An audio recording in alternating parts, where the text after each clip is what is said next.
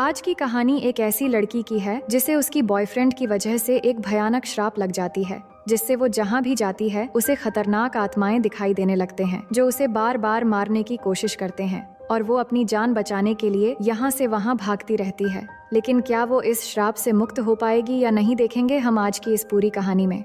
Hello दोस्तों, मेरा नाम है इशिता और कहानी की शुरुआत में एनी नाम की एक लड़की अपने घर से भागती हुई बाहर सड़क पर आ जाती है और वो इतनी ज्यादा डर रही थी जैसे कोई अदृश्य शक्ति उसका पीछा कर रहा हो। हालांकि पूरी सड़क खाली थी। उसके बाद वो फिर से भागकर घर में जाती है और अगले ही पल घर से दौड़ती हुई बाहर आती है और जल्दी से अपनी कार लेकर एक बीच पर पहुंच जाती है, जहां जाकर वो अपने डैड से रोती हुई फोन पर बात करने लगती है और कहती है, मैं आप लोगों को बहुत प्यार करती हूँ और जो भी मैंने आज तक गलतियाँ की है उसके लिए मुझे माफ कर देना। शायद मैं ज्यादा देर तक जिंदा नहीं रह पाऊंगी। फिर अगली सुबह हम उस लड़की को देखते हैं जिसकी डेड बॉडी बीच पर पड़ी होती है, जिसे रात को रहस्यमय तरीके से किसी ने मार दिया था। अब इतनी बेरहमी से किसने इसे मारा होगा और वो क्या रहस्यमय चीज थी जिससे वो डर कर भाग रही थी, ये हमें कहानी में आगे पता चलेगा। उसके बाद हम इस शहर के जेनी नाम की एक लड़की को देखते हैं जो स्विमिंग कर रही थी। तभी उसकी सिस्टर केली वहाँ पर आती है और उसके न्यू बॉयफ्रेंड हैरी के बारे में पूछती है। तो जेनी बताती है कि आज रात वो अपने न्यू बॉयफ्रेंड के साथ डेट पर जाने वाली है। इसके बाद जब वो घर के अंदर आती है तो देखती है कि उससे मिलने के लिए दो फ्रेंड्स आए हैं जिनका नाम है पॉल और यारा। लेकिन पॉल ये सुनकर अपसेट होकर बैठा हुआ था कि जेनी अपने नए बॉयफ्रेंड के साथ डेट में जा रही है, क्योंकि वो जेनी को मन ही मन बहुत पसंद करता था। फिर अगले सीन में हम देखते हैं जेनी अपने बॉयफ्रेंड के साथ मूवी देखने के लिए जाती है, लेकिन इस दौरान हैरी को एक लड़की येलो ड्रेस में दिखती है। तो हैरी जेनी से पूछता है, क्या तुम्हें वहाँ येलो ड्रेस में एक लड़की दिख रही है? तो जेनी कहती है कि नहीं, मुझे कोई भी लड़की नहीं दिख रही।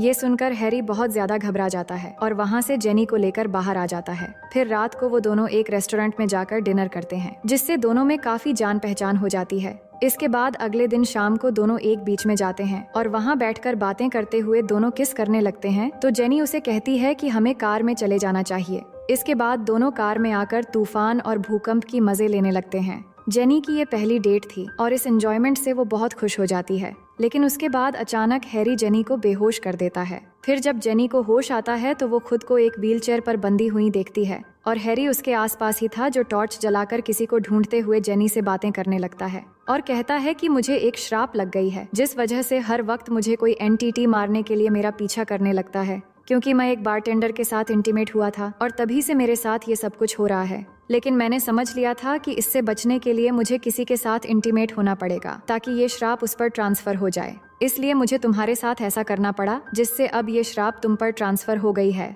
और अब एंटिटी को तुम भी देख पाओगी और मेरी तरह ये अब तुम्हें भी फॉलो करेगा। लेकिन याद रखना, ये बहुत ही ज्यादा खतरनाक और चालाक है और किसी के भी रूप में आकर तुम्हारा पीछा कर सकता है और अगर तुम पकड़ी गई तो ये तुम्हें मार डालेगा और फिर से मेरे पीछे पड़ जाएगा। इसलिए जितनी जल्दी हो सके किसी के साथ इंटीमेट हो जाना और ये श्राप उस पर ट्रांसफर कर देना। उसी दौरान हम देखते हैं कि एंटिटी वहाँ पर एक गर्ल के रूप में पहुँच जाता है और उनकी तरफ ही बढ़ने लगता है और अब जेनी भी उसे देख सकती थी, मगर हैरी जल्दी जेनी को लेकर वहाँ से भाग आता है और उसके घर के बाहर ड्रॉप कर देता है, जिसके बाद जेनी के फ्रेंड्स आकर उसे संभालते हैं। फिर हम देखते हैं कि वहाँ पर पुलिस भी आ जाते हैं, लेकिन जेनी से हैरी के बारे में कुछ खास जानकारी नहीं मिलती। लेकिन अगली सुबह पुलिस उस जगह पर इन्वेस्टिगेशन करती है, पर उन्हें हैरी के बारे में कुछ भी पता नहीं चलता, क्योंकि हैरी किसी और टाउन से आया था, इसलिए यहाँ उसे कोई भी नहीं पहचानता।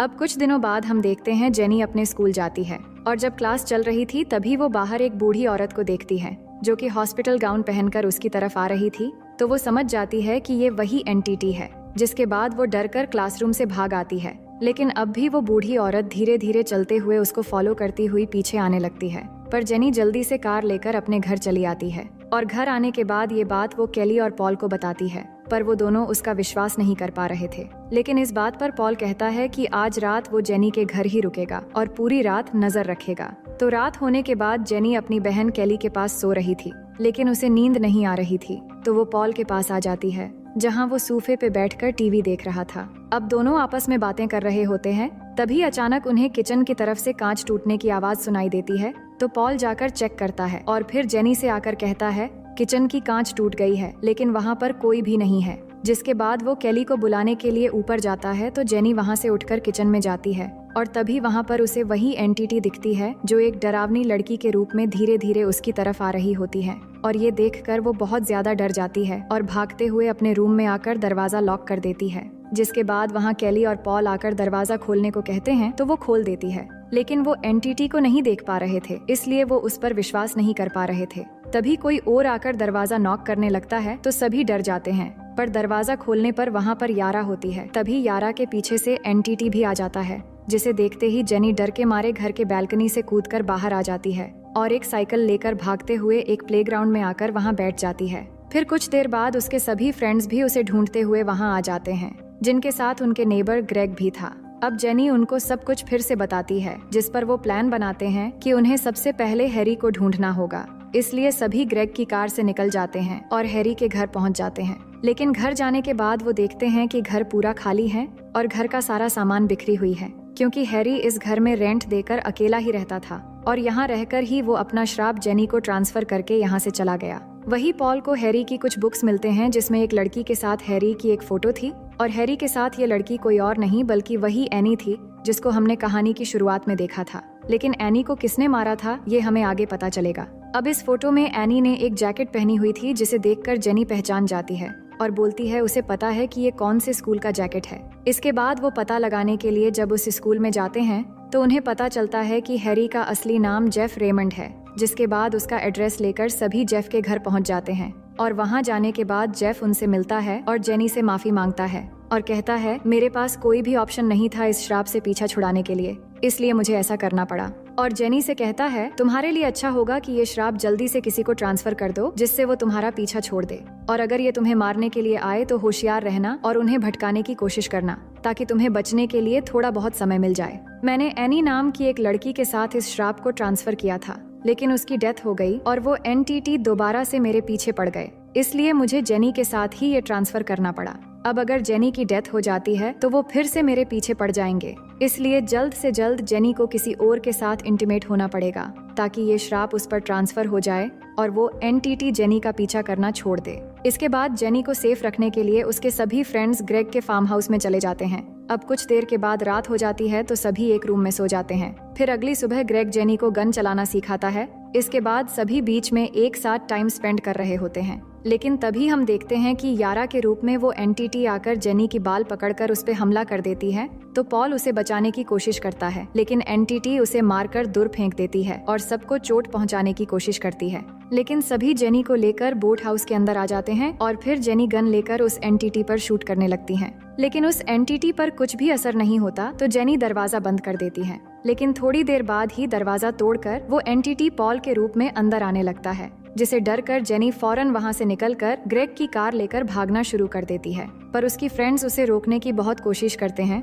लेकिन जेनी नहीं रुकती और कार लेकर तेजी से जाने लगती है। और तभी अचानक उसके सामने एक दूसरी कार आ जाने से उसकी एक्सीडेंट हो जाती है। इसके बाद जेनी को जब होश आती है तो वो खुद को हॉस्पिटल में पाती है और वो बहुत ज्यादा डर रही होती है और उसे ऐसा लग रहा था कि वो एंटिटी फिर से यहाँ पर आ जाएगा। फिर हम देखते हैं कि ग्रेग आकर जेनी की सहमति से हॉस्पिटल में ही उसके साथ इंटीमेट होने लगता है, ताकि जेनी की श्राप उसके अंदर आ जाए और वो भी एंटिटी के साथ लड़ने में जेनी की मदद कर सके। अब इसके बाद ऐसे ही कुछ दिन गुजर जाते हैं और इस दौरान जेनी को कोई भी एंटिटी नहीं दिखता, लेकिन अभी भी जेनी ज्यादातर समय घर में ही बिताती है और परेशान रहती है। वही दूसरी तरफ हम ग्रेग को देखते हैं, जो जेनी के फ्रेंड से आकर मिलता है। तो वो ग्रेग से पूछते हैं क्या तुम्हें कुछ दिखा, जिस बात को वो कैजुअली लेता है और कहता है कि अब तक तो मुझे कोई भी एंटिटी नहीं दिखा, पर हो सकता है कि जेनी को जो भी दिखता है वो सच हो या फिर उसकी कोई वहम, पर हमें शायद और इंतजार करना चाहिए। ये कहकर वो यहाँ से चला जाता है। फिर उसी रात में हम देखते हैं कि जेनी विंडो से ग्रेग की घर की तरफ देख रही थी।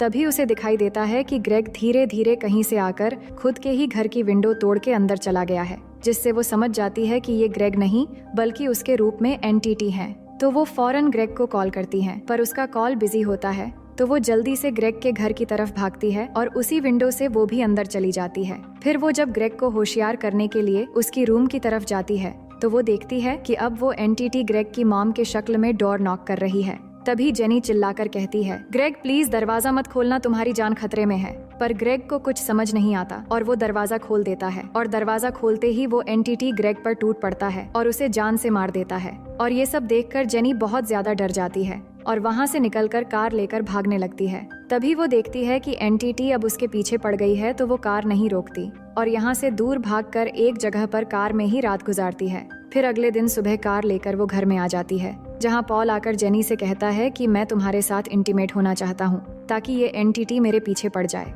लेकिन जेनी इस बात से इनकार कर देती है और कहती है ये एंटिटी एक एक करके हम सबको मार डालेगी। फिर अगले सीन में हम देखते हैं जेनी और उसके सारे फ्रेंड्स एंटिटी को मारने के लिए एक प्लान बनाते हैं और सब कार लेकर घर से दूर एक स्विमिंग पूल में जाते हैं, जहां जाने के बाद पूल के चारों तरफ वो बहुत सारे इलेक्ट्रिक मशीन रख देते हैं। दरअसल उनका प्लान था कि जब वो एंटिटी जेनी को ढूंढते हुए यहाँ पर आएगा तो वो इलेक्ट्रिक शॉक देकर एंटिटी को मार डालेंगे। उसके बाद जेनी पूल में उतरकर एंटिटी के आने का इंतजार करने लगती है और बहुत देर इंतजार करने के बाद हम देखते हैं एंटिटी वहाँ पर आ जाता है, लेकिन वो आकर पूल में नहीं उतरता क्योंकि वो शायद उनका प्लान समझ चुका था। इसलिए वो एक एक करके इलेक्ट्रिक मशीन जेनी के ऊपर ही फेंकने लगता है, जिससे वो जख्मी होने लगती है और इस तरह वो पूल के अंदर मुसीबत में पड़ जाती है। लेकिन तभी पॉल एक गन लेकर उस एंटिटी पर शूट करने वाला होता है, लेकिन वो उसे दिख ही नहीं रहा था। तभी केली उस एंटिटी पर एक कपड़ा डाल देती है और फिर पॉल उसे शूट कर देता है और वो पानी में गिर जाता है। अब इसके बाद वो जेनी को पूल से बाहर ला पाते, तभी वो एंटिटी उसकी पैर पकड़कर फिर से पानी में खींच लेता है। तो पॉल एंटिटी पर फिर से गोलियां चलाने लगता है, जिससे एक गोली जाकर एंटिटी के सर में लगता है और वो जेनी को छोड़ देता है। इसके बाद वो जेनी को पूल से बाहर निकाल लेते हैं, लेकिन अब उन्हें वो एंटिटी चारों तरफ दिख तो नहीं रहा था, पर उसके ब्लड से पूल का सारा पानी धीरे धीरे रेड हो जाता है। लेकिन उन्हें अभी भी डाउट था कि एंटिटी मर गया है या नहीं, क्योंकि सबकी तरह जेनी ने भी सिर्फ उसका ब्लड ही देखा है। इसीलिए घर आकर ना चाहकर भी जेनी को पॉल की बात माननी पड़ती है और वो पॉल के साथ इंटीमेट हो जाती है ताकि पॉल उसकी मदद कर पाए। अब ऐसे ही कुछ दिन गुजरते हैं और दोनों को अब कोई भी एंटिटी नहीं दिखता और उन्हें लगने लगा था कि शायद एंटिटी मर गया है और उनके पीछे अब नहीं आएगा। लेकिन हम कहानी के आखिर में देखते हैं कि जब पॉल और जेनी हाथ पकड़ के एक साथ चल रहे थे, तभी एक एंटिटी उनके पीछे से आ रहा होता है और इसी सीन के साथ ये कहानी यहीं पर खत्म हो जाती है। तो दोस्तों, मैं उम्मीद करती हूँ कि ये कहानी आपको बेहद पसंद आई होगी और अगर आप हमारे चैनल में पहली बार आए हैं तो वीडियो को लाइक करके चैनल को सब्सक्राइब कर लीजिए।